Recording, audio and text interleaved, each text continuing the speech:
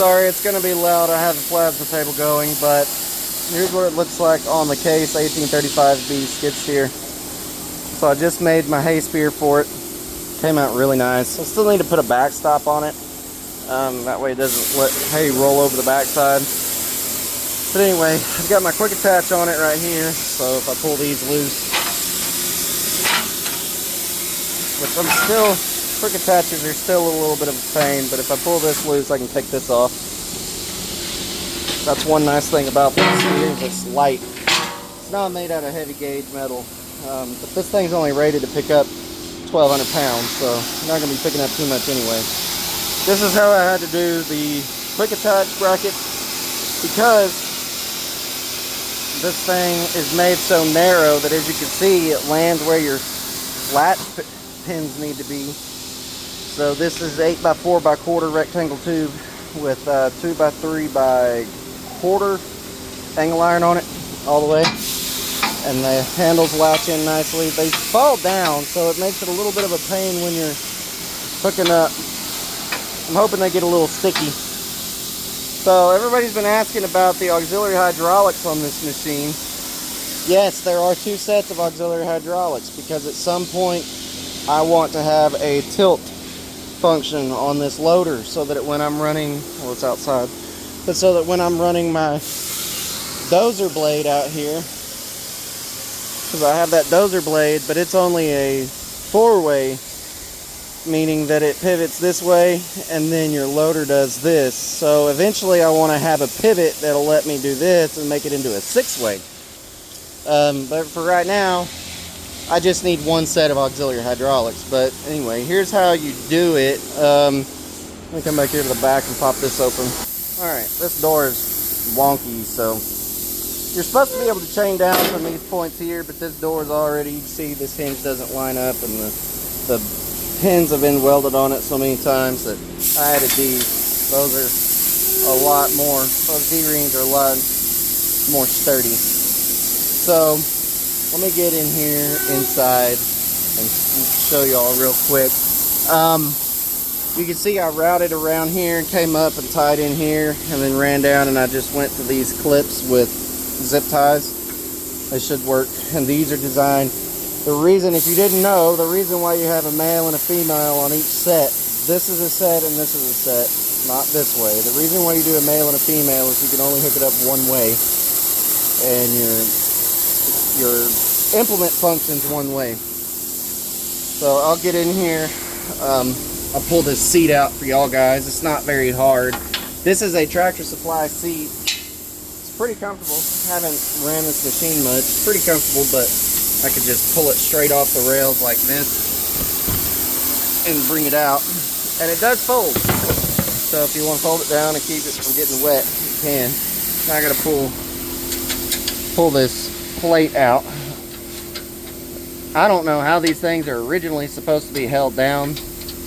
It has holes in this plate already, and there's pins that come up through it, but there's no holes in the pins, so I don't know how you are supposed to secure this thing down, other than maybe they assume that if you're ever in an incident, the seatbelt will hold you down. I don't know. So I just took some little small 7/16 bolts and welded them on here. It's going to be even louder now because the air compressor's on. And if you have one of these machines, you know that it already clips in the front up here. Pull this out of the way. Here's my floorboard here. You see I have one pedal that goes sideways and one pedal that goes up and down.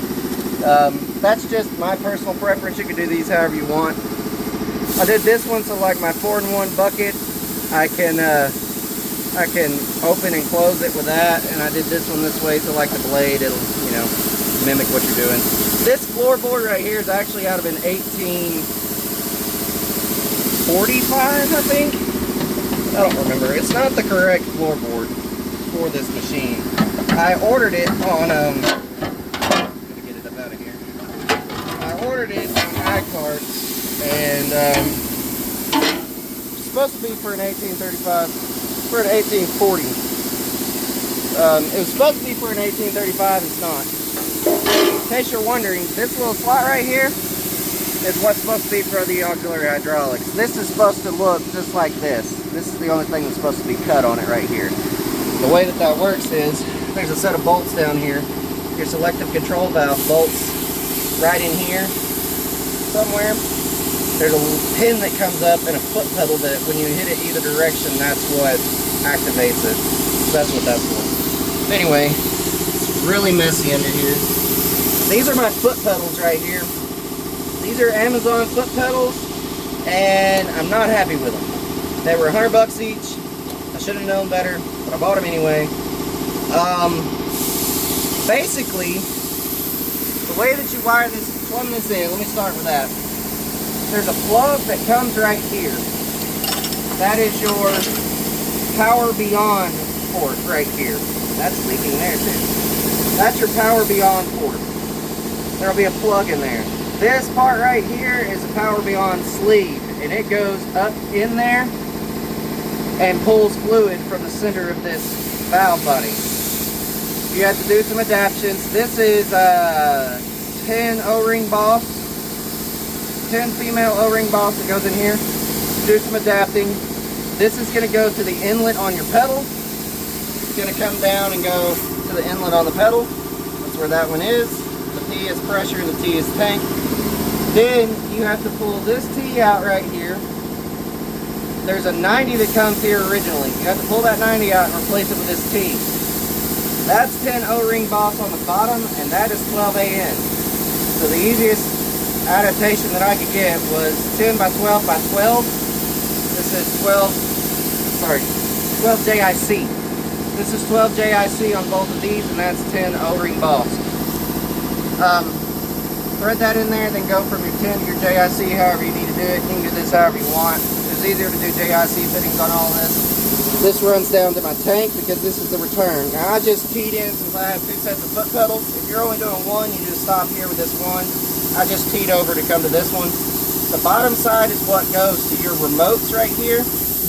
I just tied them in. If they were wrong, I'd just switch them up here on the bracket. But anyway, I gotta get that to stop leaking. I have a feeling that's why, part of the reason why my stuff's not operating correctly. The problem that I'm having right now is when I try to operate, I can't get the bucket to tilt back without operating the foot pedal. So I have theories that the pedals are bleeding by, which is making me lose pressure. It's causing a pressure differential.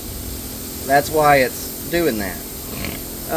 That leak right there may have something to do with it as well.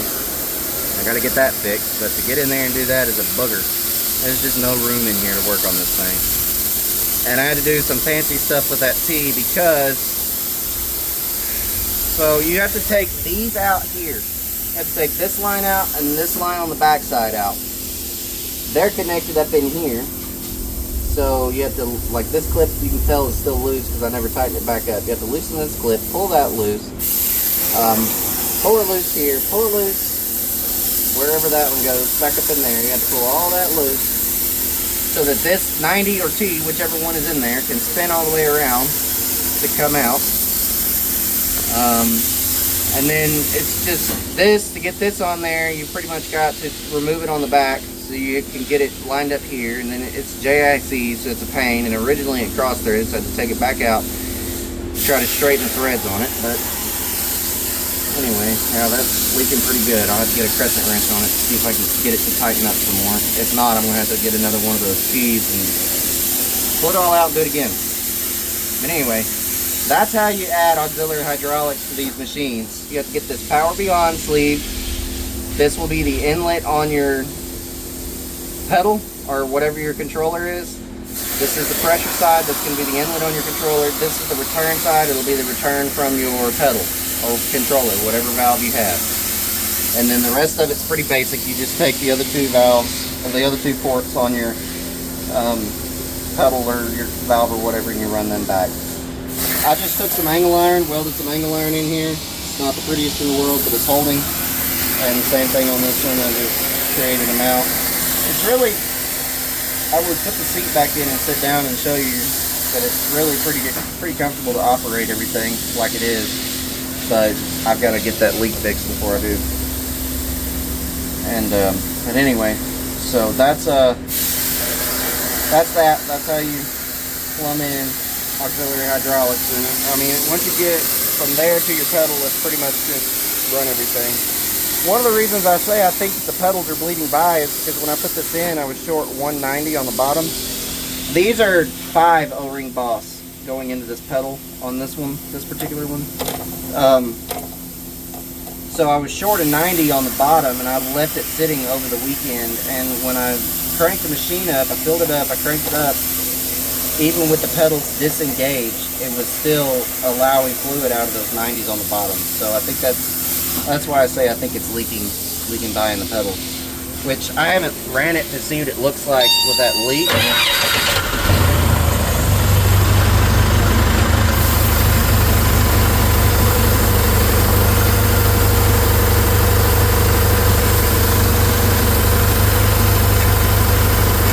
Like I get nothing. If I pull my stick down, nothing. Pick it up, nothing. Until I'm not gonna be able to see it unless I get in there and operate the pedal. But until here, I'll do this for you.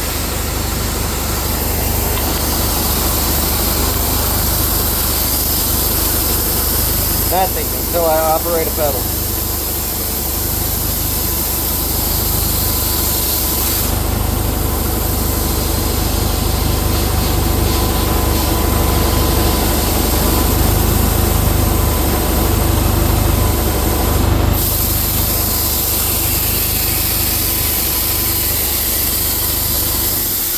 So I think those pedals are bleeding by and it's losing pressure going through there. It's not allowing it to go to where it needs to go. So anyway, that's that. That is just the original pump that I put new rotating assemblies in. The pump that I bought is out getting rebuilt now under warranty. I added the D-rings, I added a blow-by hose because this was just loose. It has a blow-by hose now. I've changed the filters like 3 times on this thing. There, of course, there's my port for my auxiliary hydraulics, and there's my quick attach.